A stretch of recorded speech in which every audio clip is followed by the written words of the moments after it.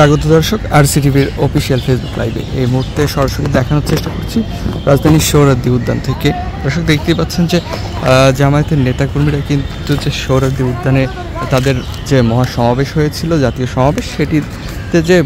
নেতাকর্মীরা এসেছিল এবং আশায় জামায়াতের ফলে যে অপরিষ্কার হয়ে গেছিলো সেগুলো কিন্তু পরিষ্কার করছেন নিজেরাই, যারা জামায়াতের নেতাকর্মী যারা রয়েছে স্বেচ্ছাসেবক তারাই। আমরা একটু দেখার চেষ্টা করছি যে প্রথমে কিন্তু তারা ময়লাগুলো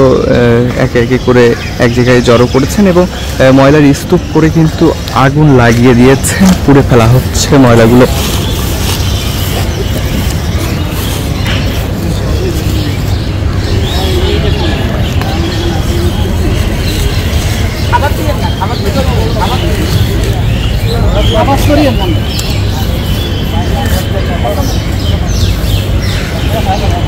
দর্শক এই মুহূর্তে আমরা দেখার চেষ্টা করছি যে রাজধানীর সোহরাওয়ার্দী উদ্যানের যে জামায়াতের কর্মীরা তারা নিজেরাই যে তাদের দলের যে গণজামায়াত হয়েছিল, বড়